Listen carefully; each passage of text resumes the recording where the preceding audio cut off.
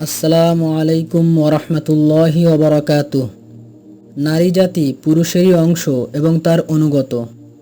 সিজদা অনুষ্ঠানের পর আল্লাহ আদমের জুড়ি হিসাবে তার অবয়ব হতে একাংশ নিয়ে অর্থাৎ তার পাঁজর হতে তার স্ত্রী হাওয়াকে সৃষ্টি করলেন। মাটি থেকে সৃষ্ট হওয়া আদমের নাম হলো আদম এবং জীবন্ত আদমের পাঁজর হতে সৃষ্ট হয় তার স্ত্রীর নাম হলো হাওয়া।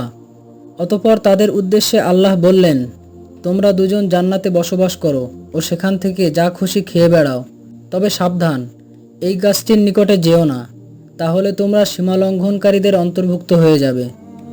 এতে বোঝা যায় যে ফেরেশতাগণের সিজদা কেবল আদমের জন্য ছিল, হাওয়ার জন্য নয়। দ্বিতীয়ত, সিজদা অনুষ্ঠানের পরে আদমের অবয়ব থেকে হাওয়াকে সৃষ্টি করা হয়, পূর্বে নয়। তিনি পৃথক কোনো সৃষ্টি ছিলেন না। এতে পুরুষের প্রতি নারীর অনুগামী হওয়া প্রমাণিত হয়।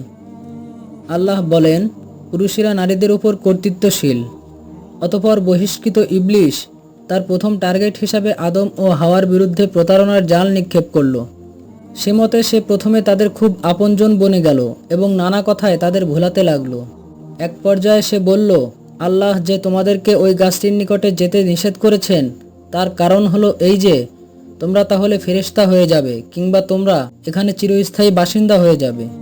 সে অতঃপর কসম খেয়ে বলল যে আমি অবশ্যই তোমাদের হিতাকাঙ্ক্ষী। এভাবেই সে আদম ও হাওয়াকে সম্মত করে ফেলল এবং তার প্রতারণার জালে আটকে গিয়ে তারা উক্ত নিষিদ্ধ বৃক্ষের ফল আস্বাদন করল। ফলে সাথে সাথে তাদের গুপ্তাঙ্গ প্রকাশিত হয়ে পড়ল এবং তারা তড়িঘড়ি গাছের পাতাসমূহ দিয়ে তা ঢাকতে লাগল। আল্লাহ তাদেরকে ডেকে বললেন, আমি কি তোমাদেরকে এই বৃক্ষ থেকে নিষেধ করিনি এবং বলিনি যে শয়তান তোমাদের প্রকাশ্য শত্রু? তখন তারা অনুতপ্ত হয়ে বলল, হে আমাদের পালনকর্তা, আমরা নিজেদের উপর জুলুম করেছি। যদি আপনি আমাদের ক্ষমা না করেন তবে অবশ্যই আমরা ক্ষতিগ্রস্তদের অন্তর্ভুক্ত হয়ে যাব। আল্লাহ তখন বললেন, তোমরা জান্নাত থেকে নেমে যাও, তোমরা একে অপরের শত্রু। তোমাদের অবস্থান হবে পৃথিবীতে এবং সেখানেই তোমরা একটি নির্দিষ্ট মেয়াদ পর্যন্ত সম্পদরাশি ভোগ করবে। তিনি আরও বললেন যে তোমরা পৃথিবীতেই জীবনযাপন করবে, সেখানেই মৃত্যুবরণ করবে এবং সেখান থেকেই তোমরা পুনরুত্থিত হবে। এখানে একটি বিষয় উল্লেখ করা যেতে পারে যে ইবলিসের কথায় সর্বপ্রথম হাওয়া প্রতারিত হন, অতঃপর তার মাধ্যমে আদম প্রতারিত হন বলে যে কথা চালু আছে কোরআনে এর কোনো সমর্থন নেই। সহিহ হাদিসেও স্পষ্ট কিছু নেই। এ বিষয়ে তাফসিরে ইবনু জারিরে ইবনু আব্বাস রাদিয়াল্লাহু তাআলা আনহু থেকে যে বর্ণনা এসেছে তা জয়ীফ। দ্বিতীয়ত, জান্নাত থেকে অবতরণের নির্দেশ তাদের অপরাধের শাস্তিস্বরূপ ছিল না, কেননা এটা ছিল তওবা কবুলের পরের ঘটনা। অতএব এটা ছিল হয়তোবা তাকে শিষ্টাচার শিক্ষাদানের জন্য, বরং সঠিক কথা এই যে এটা ছিল আল্লাহর পূর্ব নির্ধারিত ও দূরদর্শী পরিকল্পনারই অংশ। কেননা জান্নাত হলো কর্মফল লাভের স্থান, কর্মের স্থান নয়। তাছাড়া জান্নাতে মানুষের বংশবৃদ্ধির সুযোগ নেই, এজন্য দুনিয়ায় নামিয়ে দেওয়া জরুরি ছিল। প্রথমবার আদেশদানের পরে পুনরায় স্নেহ ও অনুগ্রহ মিশ্রিত আদেশ দিয়ে বললেন, তোমরা সবাই নেমে যাও। অতঃপর পৃথিবীতে আল্লাহর খলিফা হওয়ার মহান মর্যাদা প্রদান করে বললেন, তোমাদের নিকটে আমার পক্ষ থেকে হেদায়েত অবতীর্ণ হবে। যারা তার অনুসরণ করবে তাদের জন্য কোনো ভয় বা চিন্তার কারণ থাকবে না, কিন্তু যারা তা প্রত্যাখ্যান করবে ও মিথ্যা প্রতিপন্ন করবে তারা হবে জাহান্নামের অধিবাসী এবং সেখানে তারা অনন্তকাল ধরে অবস্থান করবে। উল্লেখ্য যে নবীগণ ছিলেন নিষ্পাপ এবং হযরত আদম আলাইহিসসালাম ছিলেন নিঃসন্দেহে নিষ্পাপ। তিনি ইচ্ছাকৃতভাবে কোনো ভুল করেননি, বরং শয়তানের প্ররোচনায় প্রতারিত হয়ে তিনি সাময়িকভাবে নিষিদ্ধ বৃক্ষের নিকটবর্তী হওয়ার নিষেধাজ্ঞার কথাটি ভুলে গিয়েছিলেন।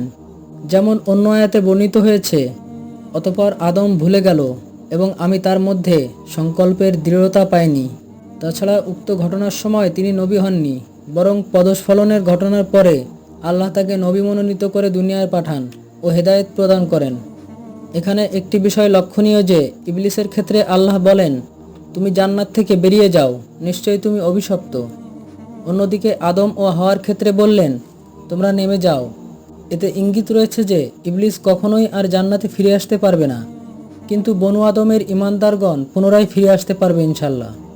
মানুষের উপরে শয়তানের প্রথম হামলা ছিল তার দেহ থেকে কাপড় খসিয়ে তাকে উলঙ্গ করে দেওয়া। আজও পৃথিবীতে শয়তানের পদাঙ্ক অনুসারী ও ইবলিসের শিখণ্ডীদের প্রথম কাজ হলো তথাকথিত ক্ষমতায়ন ও লিঙ্গ সমতার নামে নারীকে উলঙ্গ করে ঘরের বাইরে আনা ও তার সৌন্দর্য উপভোগ করা। মানব সৃষ্টির রহস্য। আল্লাহ বলেন, স্মরণ করো সেই সময়ের কথা যখন তোমার প্রভু ফেরেশতাদের বললেন, আমি মিশ্রিত পচা কাদার শুকনো মাটি দিয়ে মানুষ সৃষ্টি করব। অতঃপর যখন আমি তার অবয়ব পূর্ণভাবে তৈরি করে ফেলব ও তাতে আমি আমার রূহ ফুঁকে দেব, তখন তোমরা তার প্রতি সিজদায় পড়ে যাবে।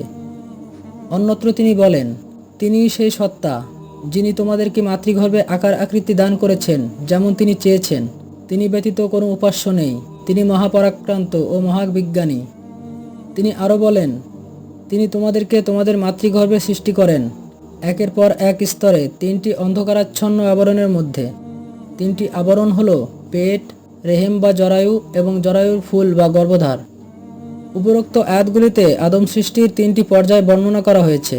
প্রথমে মাটি দ্বারা অবয়ব নির্মাণ, অতঃপর তার আকার আকৃতি গঠন ও অঙ্গ প্রত্যঙ্গ সমূহে শক্তির আনুপাতিক হার নির্ধারণ ও পরস্পরের মধ্যে সামঞ্জস্য বিধান, এবং সর্বশেষ তাতে রূহ সঞ্চার করে আদমকে অস্তিত্ব দান। অতঃপর আদমের অবয়ব পাঁজর থেকে কিছু অংশ নিয়ে তার জোড়া বা স্ত্রী সৃষ্টি করা। সৃষ্টির সূচনা পর্বের এই কাজগুলি আল্লাহ সরাসরি নিজ হাতে করেছেন। অতঃপর এই পুরুষ ও নারী স্বামী স্ত্রী হিসাবে বসবাস করে প্রথম যে যমজ সন্তান জন্ম দেয় তারাই হলো মানুষের মাধ্যমে সৃষ্ট পৃথিবীর প্রথম মানব যুগল। তারপর থেকে এ যাবৎকাল স্বামী স্ত্রীর মিলনে মানুষের বংশবৃদ্ধি অব্যাহত রয়েছে। শুধু মানুষ নয়, উদ্ভিদরাজি, জীবজন্তু ও প্রাণীকুলের সৃষ্টি হয়েছে মাটি থেকে, আর মাটি সৃষ্টি হয়েছে পানি থেকে।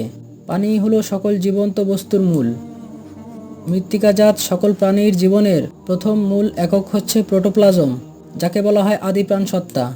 এ থেকেই সকল প্রাণী সৃষ্টি হয়েছে। এজন্য বিজ্ঞানী মরিস বুকাইলি একে বম্বশেল বলে অভিহিত করেছেন। এর মধ্যে রয়েছে মাটির সকল প্রকারের রাসায়নিক উপাদান। মানুষের জীবন বীজে প্রচুর পরিমাণে 4টি উপাদান পাওয়া যায়: অক্সিজেন, নাইট্রোজেন, কার্বন ও হাইড্রোজেন। আর 8টি পাওয়া যায় সাধারণভাবে সমপরিমাণে। সেগুলি হলো magnesium, sodium, potassium, calcium, phosphorus, chlorine, sulphur ও আয়রন। আরও 8টি পদার্থ পাওয়া যায় স্বল্প পরিমাণে। তা হলো silicon, molybdenum, fluorine, cobalt, manganese, iron, copper ও জিঙ্ক। কিন্তু এইসব উপাদান সংমিশ্রিত করে জীবনের কণা তথা প্রোটোপ্লাজম তৈরি করা সম্ভব নয়। জনৈক বিজ্ঞানী দীর্ঘ 15 বছর ধরে এসব মৌল উপাদান সংমিশ্রিত করতে চেষ্টা করেছেন, কিন্তু ব্যর্থ হয়েছেন এবং তাতে কোনো জীবনের কণা পরিলক্ষিত হয়নি। এই সংমিশ্রণ ও তাতে জীবন সঞ্চার আল্লাহ ব্যতীত কারো পক্ষে সম্ভব নয়। বিজ্ঞান এক্ষেত্রে মাথা নত করতে বাধ্য হয়েছে।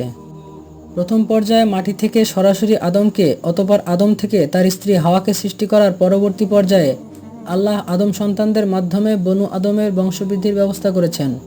এখানেও রয়েছে 7টি স্তর, যেমন মৃত্তিকার সারাংশ তথা প্রোটোপ্লাজম, বীর্য বা শুক্রকীট, জমাট রক্ত, মাংসপিণ্ড, অস্থিমজ্জা, অস্থি পরিবেষ্টনকারী মাংস এবং সর্বশেষ রূহ সঞ্চারণ। আসসালামু আলাইকুম ওয়া রাহমাতুল্লাহি ওয়া বারাকাতুহু।